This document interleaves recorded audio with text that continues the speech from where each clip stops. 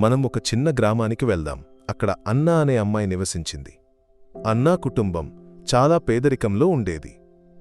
ఆమె తండ్రి ఫ్రాన్సిస్కో, తల్లి ఇసబెల్, అన్నయ్య యాంటోనీ అందరూ కష్టపడి జీవించారు.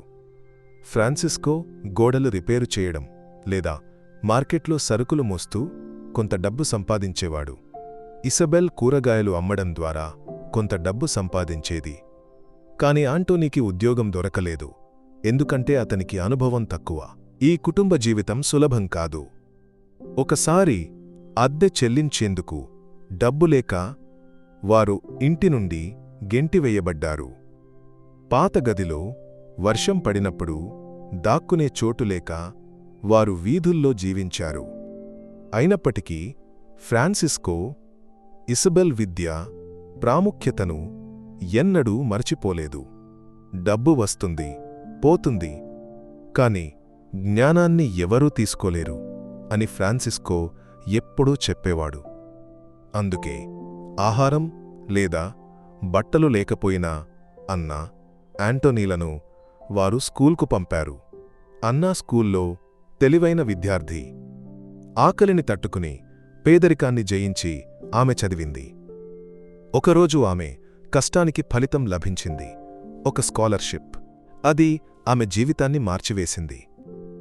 గ్రామాన్ని విడిచి యూనివర్సిటీలో చేరి చదువుకుని ఒక కంపెనీలో క్యాషియర్గా ఉద్యోగం సంపాదించింది. జీతం పెద్దగా లేకపోయినా కుటుంబానికి డబ్బు పంపగలిగింది.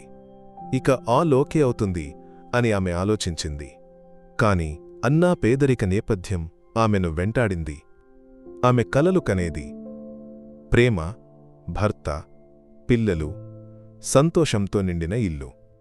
మొదట కొందరు యువకులు ఆమెపై ఆసక్తి చూపించారు, నవ్వారు, బయటకు వెళ్దామని ఆహ్వానించారు. కాని ఆమె కుటుంబ కథ తెలిసిన తరువాత అందరూ పారిపోయారు. వీధిలో జీవించిన అమ్మాయిని ఎవరూ పెళ్లి చేసుకోవడానికి ఇష్టపడలేదు. ఇది అన్నాను బాధించింది. యాంటోనీకి కూడా అదే సమస్య. అతని పేదరికం కారణంగా అమ్మాయిలు అతన్ని తిరస్కరించారు. ఇది చూసి అన్నా హృదయం బద్దలైంది. ఒకరోజు ఇసబెల్ ఒక లేఖతో ఇంటికి వచ్చింది. ఫ్రాన్సిస్కో తీవ్రంగా చెప్పాడు, అన్నా, ఒక ధనవంతుడు నిన్ను పెళ్లి చేసుకోవాలనుకుంటున్నాడు. అతని పేరు మిస్టర్ హవియర్, 60 ఏళ్ళు, గ్రామంలో అత్యంత ధనవంతుడు. అన్నా షాక్ అయింది. 60 ఏళ్లా? అతను నా తండ్రి వయస్సు కాదా? ఆమె నమ్మలేకపోయింది. హవియర్ లేఖలో రాశాడు, నీవు, నీ కుటుంబాన్ని నేను చూసుకుంటాను. ఈ పెళ్లి నీకు భద్రత ఇస్తుంది. అన్నా హృదయం బరువెక్కింది. ఆమెకు 23 ఏళ్లు మాత్రమే. ఆమె ప్రేమ కోరింది, సంతోషం కోరింది. కాని అప్పుడు ఒక షాకింగ్ విషయం తెలిసింది. ఫ్రాన్సిస్కోకు తీవ్రమైన జబ్బు. చికిత్సకు చాలా డబ్బు కావాలి. వారికి అంత సామర్థ్యం లేదు. అన్నాకు అనిపించింది, తన కుటుంబాన్ని కాపాడే ఏకైక మార్గం ఈ పెళ్లి. ఆమె ఏడ్చింది, కాని నిర్ణయించింది, నా కుటుంబం కోసం నేను ఇది చేస్తాను. పెళ్లిరోజు ఆమె నీలి ఫ్రాక్ ధరించి జుట్టును అందంగా సర్దుకుంది. హవియర్ రాక కోసం భయంతో కూర్చుంది. ఒక నలుపు కారు వచ్చింది. అందులో నుండి ఒక వృద్ధుడు దిగాడు. పూర్తిగా తెల్లబడిన జుట్టు, కొంచెం వంగిన శరీరం, కాని అతని కళ్లలో ఒక వెచ్చదనం ఉంది. వారు మాట్లాడారు. హవియర్ దయతో ఆమెతో వ్యవహరించాడు. ఆమె కలల గురించి అడిగాడు. నీలాంటి తెలివైన అమ్మాయిని నేను చూడలేదు అన్నాడు. అన్నా భయం తగ్గింది. బహుశా ఇది అంత చెడ్డది కాకపోవచ్చు అని ఆలోచించింది. పెళ్లి జరిగింది. తెల్లని ఫ్రాకులో అన్నా వధువులా మెరిసింది. కాని ఆమె హృదయం బరువుగా ఉంది. హవియర్ ఆమెను నగరంలోని తన పెద్ద ఇంటికి తీసుకెళ్లాడు. అంతా లగ్జరీగా ఉంది. పెద్ద గదులు, మెరిసే నేల, ఖరీదైన వస్తువులు. కాని అన్నాకు భయం వేసింది. ఆ రాత్రి ఆమె తన భర్తతో ఒక గదిలో ఉండాలి. ఆమెకు ఒక పురుషుడితో సన్నిహితంగా ఉండే అనుభవం కూడా లేదు. హవియర్ ఆమె భయాన్ని అర్థం చేసుకున్నాడు. నీవు భయపడాల్సిన అవసరం లేదు, ఇది నీ ఇల్లు అని దయతో చెప్పాడు. ఆ తరువాత అతను స్నానం చేయడానికి వెళ్లాడు. అన్నా మంచం మీద కూర్చుంది. హృదయం వేగంగా కొట్టుకుంది. గంటలు గడిచినా హవియర్ తిరిగి రాలేదు. నీటి శబ్దం మాత్రమే వినిపించింది. ఏమి జరుగుతోంది అని ఆమె భయపడింది. అకస్మాత్తుగా బాత్రూం తలుపు తెరుచుకుంది. అక్కడ నిలబడినది ఒక యువకుడు. పొడవైన, బలమైన, అందమైన యువకుడు. అన్నా షాకయింది.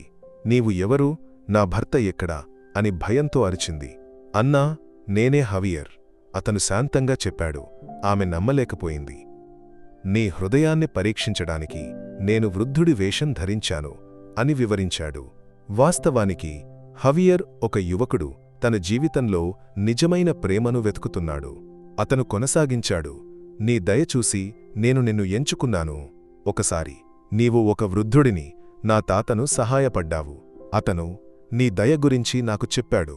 అతని చివరి కోరిక నీవు నన్ను పెళ్లి చేసుకోవాలని. అన్నా కళ్ళు చెమ్మగిల్లాయి. అంతా స్పష్టమైంది. హవియర్ ఆమెను ప్రేమించాడు. ఆమె హృదయంలోని మంచితనం అతన్ని ఆకర్షించింది. నీ రూపం నాకు సమస్య కాదు, నేను నిన్ను ప్రేమిస్తున్నాను హవియర్ అని ఆమె చెప్పింది. వారు ఆలింగనం చేసుకున్నారు. కన్నీళ్లు, సంతోషం ఒక్కసారిగా పొంగాయి. అన్నా జీవితం మారిపోయింది. హవియర్తో ఆమె సంతోషంగా జీవించింది. వారి కథ నిజమైన ప్రేమ, దయ యొక్క చిహ్నంగా నిలిచింది.